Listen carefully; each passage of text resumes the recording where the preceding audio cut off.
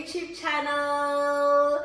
So I am back and I am ready to tackle the year that is 2020. I'm back and I am ready to be consistent as ever, So I'm back, girlies, I'm back. So I'm quite excited to be back, and I have a lot in store for you guys. So before I even get into the current topic for today, I just wanted to explain to you what can you guys expect from me. So the first, part or segment, so I'll post this stuff, randomly, out of my own volition. I'll decide what I would feel like posting in a particular week. So honey's got range, darling. So basically what I will be posting definitely will stick to mental matters. So it is the stuff that I have been posting. So for example, if you guys don't follow me on my social media, first things first, please head over to Instagram at @mihlaliqoza and follow me. And also on my Twitter at Mimi.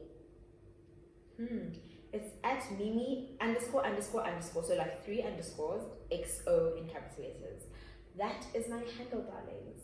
So you'll know that so I will definitely continue to post on mental matters. So I have 2 topics on my IGTV, and then I'll hit the third one was when I started my YouTube channel. So this is basically the 4th episode of Mental Matters.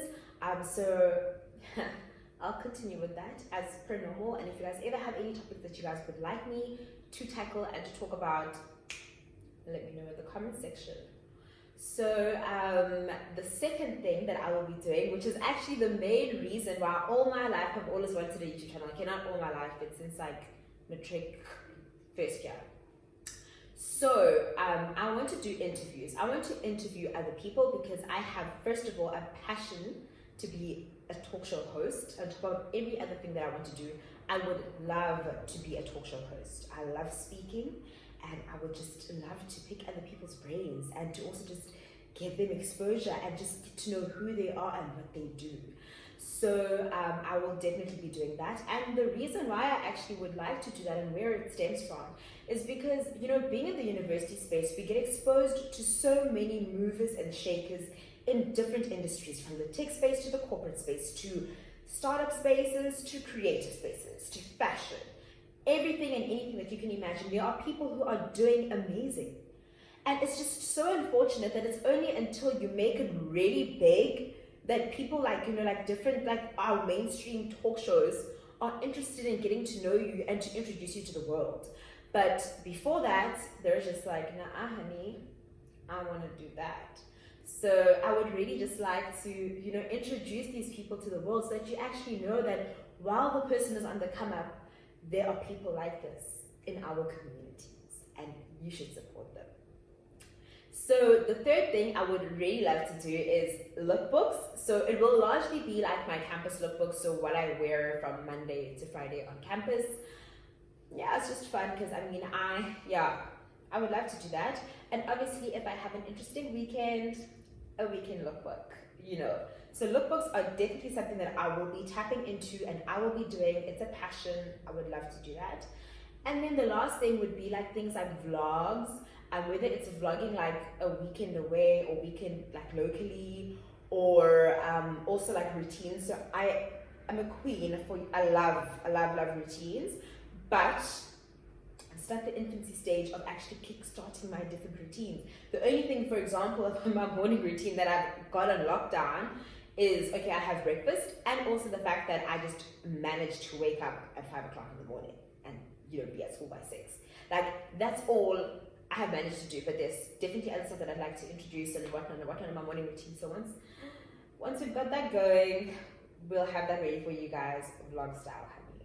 So that's the kind of stuff that I really am into, and also a productive day in my life, a non-productive day in my life, the life of a commerce student, the works, and just other days in my life, self-care day, self-care routine, and then skincare routines, and at the most hair, weaves, wig wash day, stuff like that. So I'm really excited. I'm excited to be back. I am excited to be here. And I am excited to share my personal diary with you guys, and I hope you guys are excited, to be with me and, to just engage with me. So without further ado, we're gonna go straight into the topic for today. Yeah! So today's video is specifically about therapy, right? So I'm going to be talking all things therapy, psychologist, psychiatrist, medication, and finding the right psychiatrist for you or psychologist for you, and just that whole process and how therapy has been for me. So I will give you guys like facts where I can give you facts, but it largely will be influenced by my experience of this journey that I have been on and I still am on, which started in 2018. So that's when I started actively dealing and taking steps at dealing with my mental health, right? So yeah. So basically, the first thing I want to say is I am a big advocate for therapy. Like, I think that it is important. I think that you don't have to wait for yourself to be in a depressive episode, to be diagnosed with depression,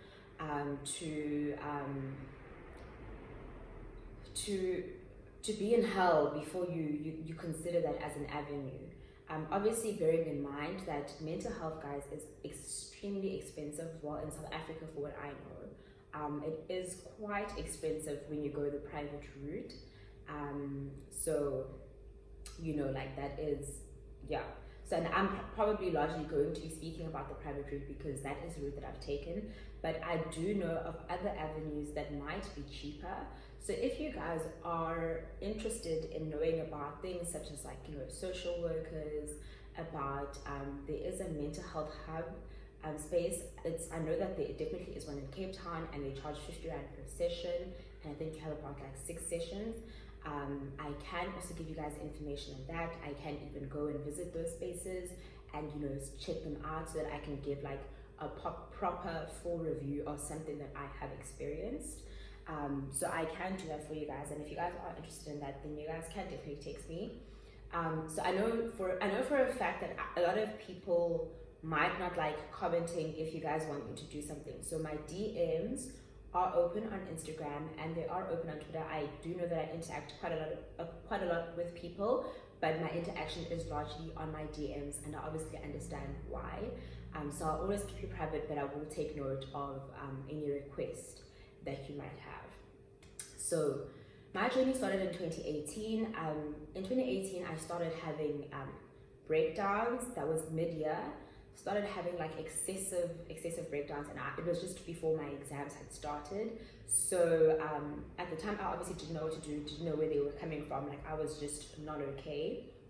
So then I spoke to my PLPO. So my PLPO is, I'm part of a fellowship. So in that fellowship, we have people called program officers, program leadership, blah, blah, but program office, I don't know what the whole thing stands for really, but you have a program officer, and this is the person that you speak to. So this is the person you'll speak to about all things related to your academics, all things related to your well-being, your dreams, your aspirations, your everything. So this is just like your go-to person. So I basically spoke to the person who was my go-to person. So our foundation had just introduced a company that could help with mental health related matters and other matters like legal, blah blah blah blah blah.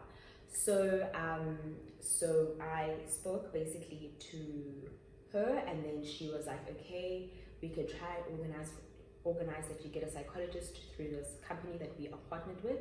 So obviously it was going to be free because I was part of I am still part of the foundation, but I was also still then. So yeah, so then I went, so we assigned, I filled in the forms to motivate for why I would need to see a person, a therapist. I did that, and then they got back to me, and then I had my first session. So the lady was an old white lady. I went to her place, it's an observatory. And the first session was very cold. It was very it was just detached. I was detached, she was detached from the situation, and it wasn't I was in the pits, but yeah, obviously we had to speak about my past. We had to speak about like my childhood, about my high school, everything. I obviously then gave her that. So basically, your first session is a get to know you tag. You tell them your family dynamics. You tell them how you grew up, where you grew up, and what life was like. So obviously, I had to do that. And she just listened, and then she was just like, "Okay, time's up. That's it." So obviously, you know, like when you guys, if you open yourself up to someone, like I know it's a therapist and it's the first session, so she obviously doesn't have a full understanding, and you just told them about, you know, your whole life story. Yo guys, but it was just that was it. Like it was done. Like I couldn't give any feedback to anyone. I literally was just like, okay, like I just feel like I just spoke. Like I could have just gone to the ocean, to the beach, and like did what I usually do, and like, you know, just start speaking, you know, while looking at the ocean. But like I just did this with another human, and now I'm just feeling hella anxious. It actually left me feeling so anxious because I was like, okay, is my problem like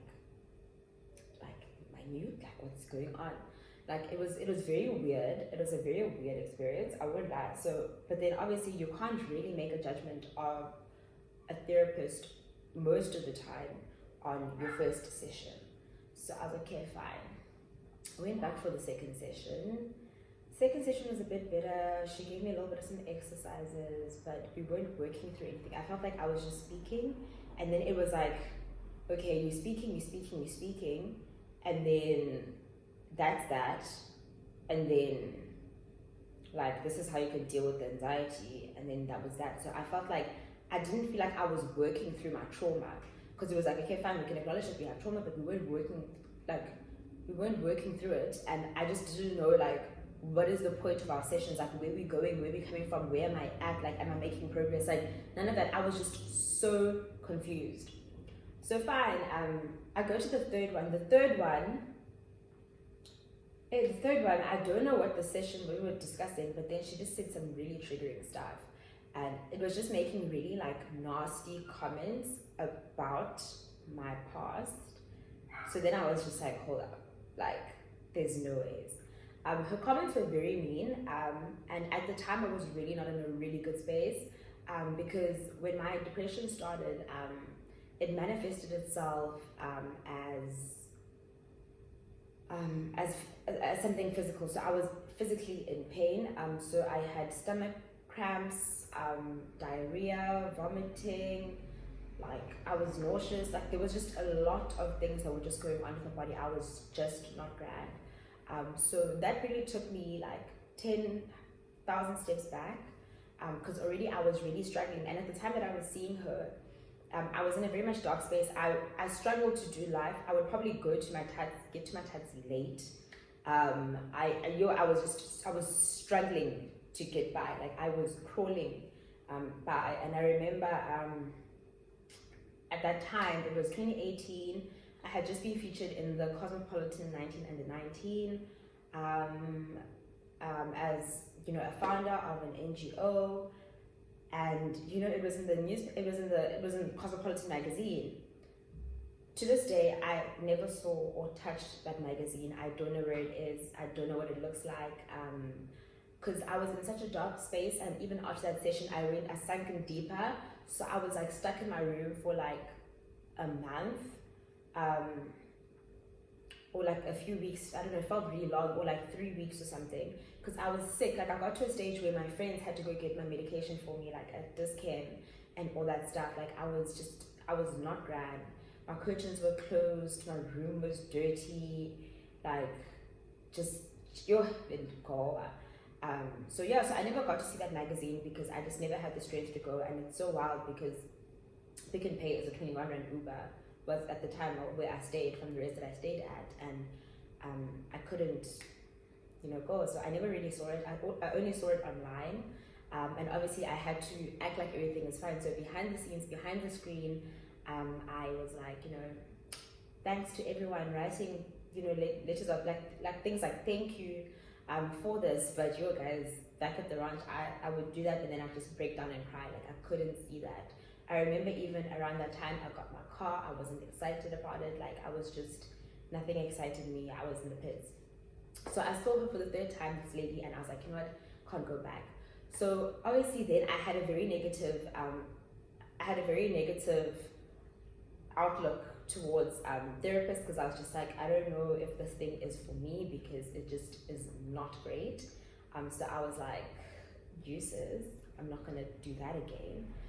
And then fast forward to 2019, which was last year, and in 2019 what happened in 2019? 2019 I was still sick, still with the same symptoms. So then my GP was like, look, I'm looking at your profile, we have made you see every single kind of specialist we can possibly make you see, and nothing is getting better and no one is finding anything. And then she was asking me like various questions, and she was like, you know what, I think you are depressed, so I think I'm going to have to put you on antidepressants. So she did put me on antidepressants, and they were hell. Like, they were hell. Like, I did try to stick it out for like 2 to 3 months, but then I'm a person who feels. So I'm a person who cries. I'm a person who feels my emotions. Like, I will wallow in them so that I can move on from them.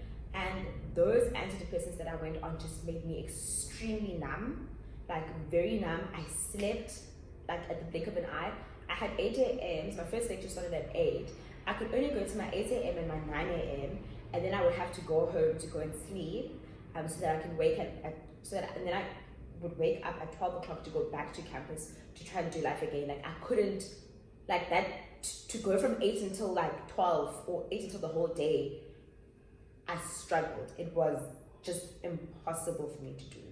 Directed me from, so I moved from just seeing my GP at this stage, and then she got a session with my psychiatrist. And at the same time, so when my depression was at its peak, I had a gluten intolerance. So I had to basically eat like gluten-free foods, and also I couldn't drink normal milk. I had to drink almond milk, rice milk. Yeah, that was like the kind of milk that I was drinking. So fine, Gandhi. So I go see a psychiatrist. I started seeing a psychiatrist. She's based in Newlands. I still am seeing her today. She's a white lady, a bit younger than the other lady. I would speak to her, and I felt like she was listening to me. Have you ever been in a friendship setting where you are telling a story and everyone is speaking over everyone? You will eventually just keep quiet, right? You won't speak, you won't say anything. So I feel like that first session was like that. Like with that other lady, I felt like I was speaking, but this person was so disinterested in what I had to say. So with her, I was speaking, and I felt like she was hearing me, and we were working through the stuff, that I was going through. And then obviously there's also the element where she obviously has to prescribe medication. So obviously, depending on where I'm at, if I'm suicidal or not suicidal, whatever the case is, she would obviously gauge where I was at. So I was heavily depressed, and there was a lot of things that were happening, and there were a lot of there were a lot of other things that I was doing, and they were just affecting me because everything was just multidimensional, and at that time. So we did increase, so we changed from Lexmal. I couldn't deal with it. That was the first antidepressant I went on, and then I went on to the antidepressant that I currently am on. Increased that dosage by like ×3 by like May or April. I was on ×3 of that dosage because it was just really bad. But like with her, yes, we are different. She's black, I'm black, she's white. But at least I felt like I was, like being heard. I felt like we were working, through something. But then again, one thing I can say is that a session with a psychiatrist and a session with a therapist is going to be different unless you guys establish that you need your psychiatrist to be your therapist as well, because your psychiatrist will help you work through it, but they won't do it's not like in depth and deep and the groundwork. You definitely will speak about your past, because I mean, she knows everything about me. We'll speak about it, but you just don't tackle things the same as you do when you are with a therapist or a psychologist. Because you just don't, like, it is different. I personally noticed the difference between my psychiatrist and my psychologist. So with the psychologist, it's like you see them more often, and also it's like you actively are working through something, together. With your psychiatrist, it's the same. You guys are touching base. And obviously, if I'm in the pits at that moment, then we have to deal with it in that moment, but your psychiatrist is probably like the best person to, I mean, your psychologist is probably like your best person to actually do the dirty work. Like your psychiatrist is like, let's say, they're like your admin, like that's where you put all the details on the admin. And then your like psychologist is where you guys are digging the grave together. You know, like you guys are digging, going deeper and deeper and deeper. So yeah, like I think that for me is like the personal difference that I experienced. So I was able to speak to her. Obviously there is a bit of that difference, but she is a bit like more understanding. I feel like I can get through to her, like I can speak to her. She is responsive and she is there. So that was a lot more better. And that really just helped me. Like I did feel like I moved away from her sessions, and I felt like if I had like a monkey on my shoulder, like it was removed, like it wasn't there anymore when I left the sessions. So I feel like that was really great. Like, and as much as like, you know, we'd have to have times up afterwards, she would definitely like give me feedback, and you know, like we'd work, like if I'm wrong, or she'll tell me that I'm the one who's wrong, or if I need to move away from the situation, like she'd help me. I'd leave the place feeling like I had tools to go forward. Do you get what I'm saying? So basically that was my session with my psychiatrist, and it's basically been that till this day.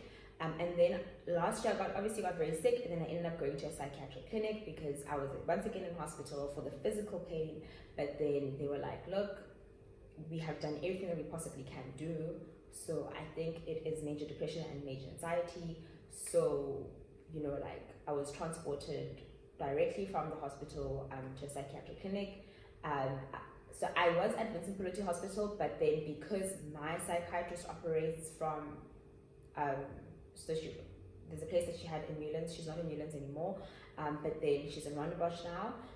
But she operates also at the Crescent Clinic. So I was directed to the Crescent Clinic in Claremont. Guys, going to a psychiatric clinic for me was the best thing to ever happen to me. So a lot of people will think that you being at a psychiatric clinic is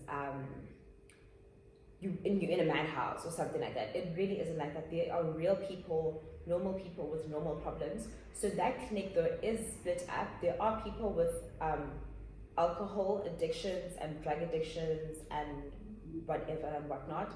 They're in the opposite side. They're in a different building.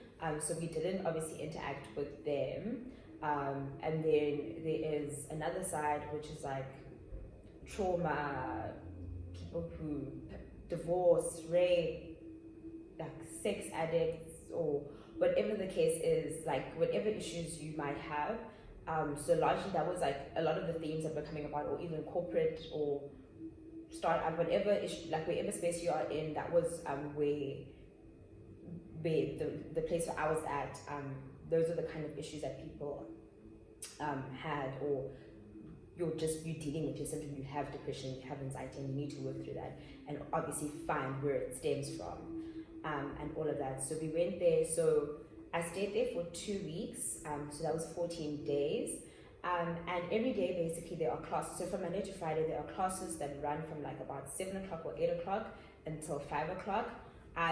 For the first 3 days I did struggle to go to those classes, but for most of the part I did go to them. You have different topics. They are different topics which, like, you know, whether you guys are speaking about anxiety or whether you guys are speaking about codependency in relationships, you know, platonic and otherwise, childhood, your inner child, healing your inner child, all those different types of topics. Like there's different topics and they really are relevant to every single person.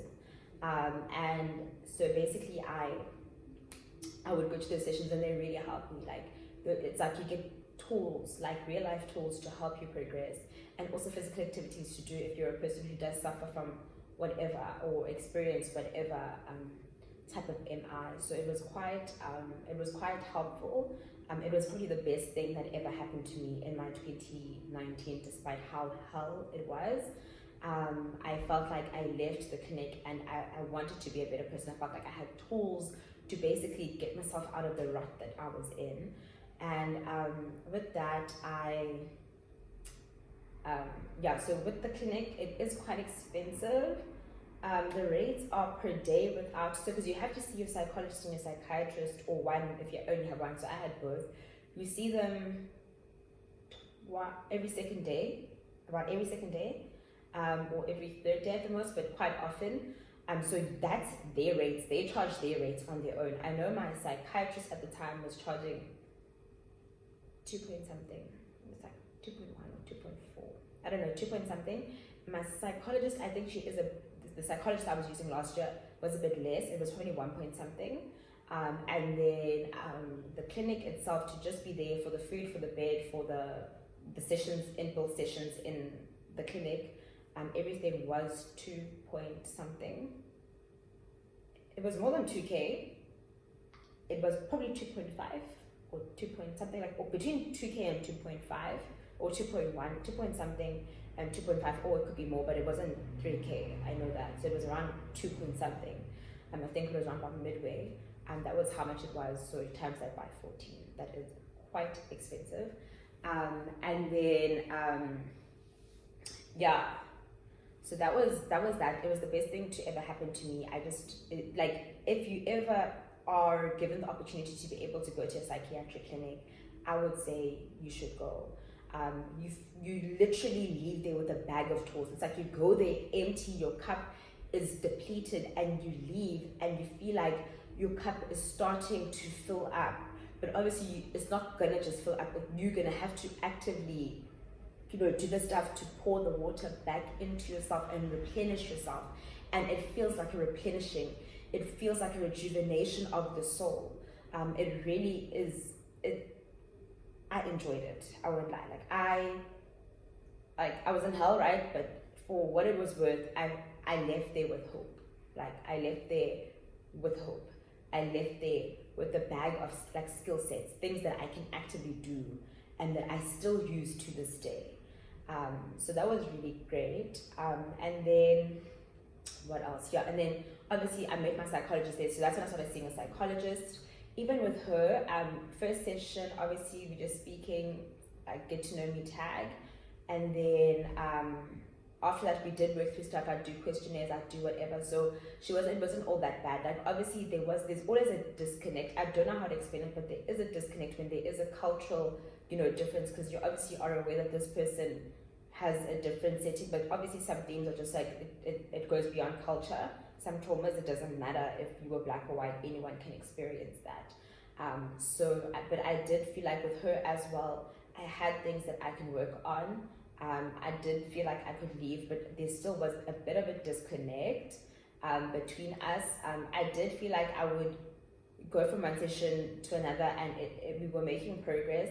And I liked how, let's say, obviously, so after some time, we moved away from obviously speaking about the past, and we would speak about things that are currently happening in my life. And she would be able to make the links for me. So she'd be like, okay. So I would be like, okay, this is the issue. And she's like, you know what, this is actually stemming from, a past trauma that is X, Y, and Z.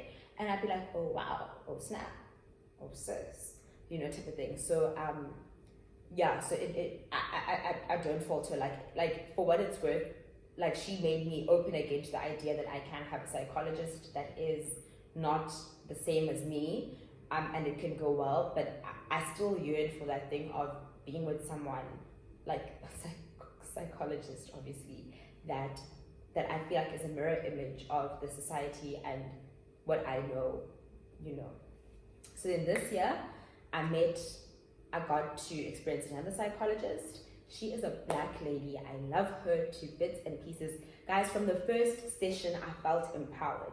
So obviously, get to know me tag, that's the first session. But with that session, the first thing, so I spoke, I got her to get to know me up until a specific point, because we had to carry on at the next session. So she was like, obviously there's time is up. But we sat down and we wrote down what we want to achieve with our sessions. So from dealing with the past traumas to dealing currently with my anxiety, to dealing currently with my stress management, depression, everything that I need to deal with that is pertaining to the past and pertaining to now and the future, just general skills that are going to be important for me just from a day-to-day basis. We wrote those down as to this is what I wanted to help you with. So it's like life coaching basically.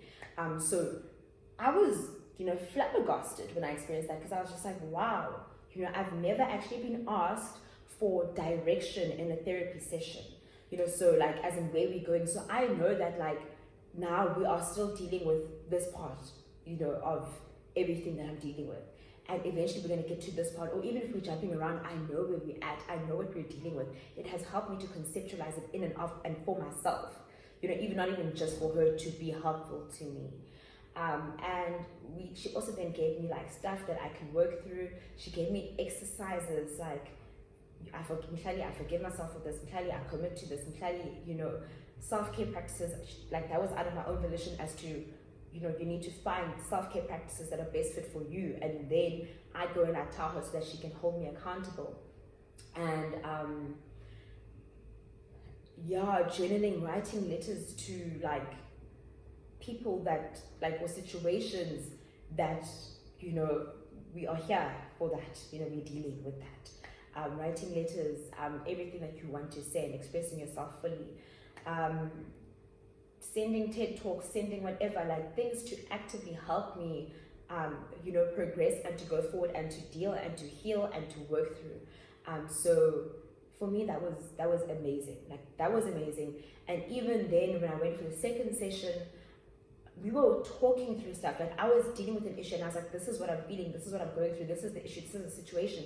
And I feel like we both are, she's not prescribing any solution to me, but we both are actively working towards something. And we also are dealing with the underlying issue of that situation, and everything. And it's just, guys, it's magical. And you know, she is the best person to ever, like, she's the best person to act, like, in terms of like my medical personnel that I have ever met, thus far in my 21 years of existence. And you know, for that, I am truly grateful. So that was my experience with her. And I think having experienced that, I feel like different people will find their different therapists. It's like a person that you'll be comfortable with, because someone else might go to her, they might not enjoy her, but I go to her and I enjoy her, and she can really help me in any sphere of my life. And I really am so, like, I'm truly grateful for that. And I think that a lot of other people, like, you might go to her and you might feel like I don't connect, or whatever the case is, and that's okay. Like, find the next person. I think don't give up on therapy when you meet the bad, you hit a brick wall with a therapist that you find. I think just keep trying to go and see different therapists until you get your therapist, because trust and believe that that person for you is there. And therapy, guys, is honestly the best thing that you can deal with, because whether it's dealing with the past traumas and or dealing with the things now, you are getting stuff out and you're not harboring them inside of you, because that whole thing of harboring them inside of you does come back to bite you, you know, and that is the last thing that you need, like, in the whole world. So basically, that has been my experience with therapy, and I would just say, basically, the key takeaways are, you will probably not find your therapist or the best therapist for you the first time you go. Keep looking. It's like dating. You need to just keep hopping from one person to the next person to the next person until you find the therapist that is the best for you. And you need to also understand what you're looking for in a therapist as well. Second of all, when you're going to therapy, you need to find a therapist who is going to give you direction. You guys need to conceptualize, and you guys need to write down goals that you guys are planning to hit in terms of your session, like what they are actively going to be helping you out with. The third thing is speak to someone, get help. And if you can't get a therapist because it is expensive, I did just give you an idea of how much the costs were roughly. I really would say that if you guys are interested, I will probably have another video on other alternative ways of getting access to a bit more cheaper help. But obviously, I do know that it's difficult. Mental health is expensive, and those other spaces do have long waiting lists. I know student wellness have long waiting lists for students, and that really just sucks. But there's ways we can tackle that. Like, I will search more into that. And familiarize yourself with, okay, I'm obviously going to speak about campus, well, being in university. Familiarize yourself with the mental wellness, mental health policies at your school, and different, and also like different avenues that you can have to help assist you with the situation that you're in. I must say that universities are very backwards, and they're not the most understanding, and you probably are going to have to fight tooth and nail. But imagine if we're fighting now for mental health and being advocates for it now in the university space, imagine 5 to 10 years time later, how much of a breeze it will be when they understand it a bit more. And like they realize how detrimental some of the policies that they have and that they need to overturn them. And you know, the last thing I want to say is, yeah, just guys, just go to therapy if you can, or speak to someone, but don't harbor anything, or even journal. Like, I know, like, I'm not a big journaler, but I journal when I'm going through the most.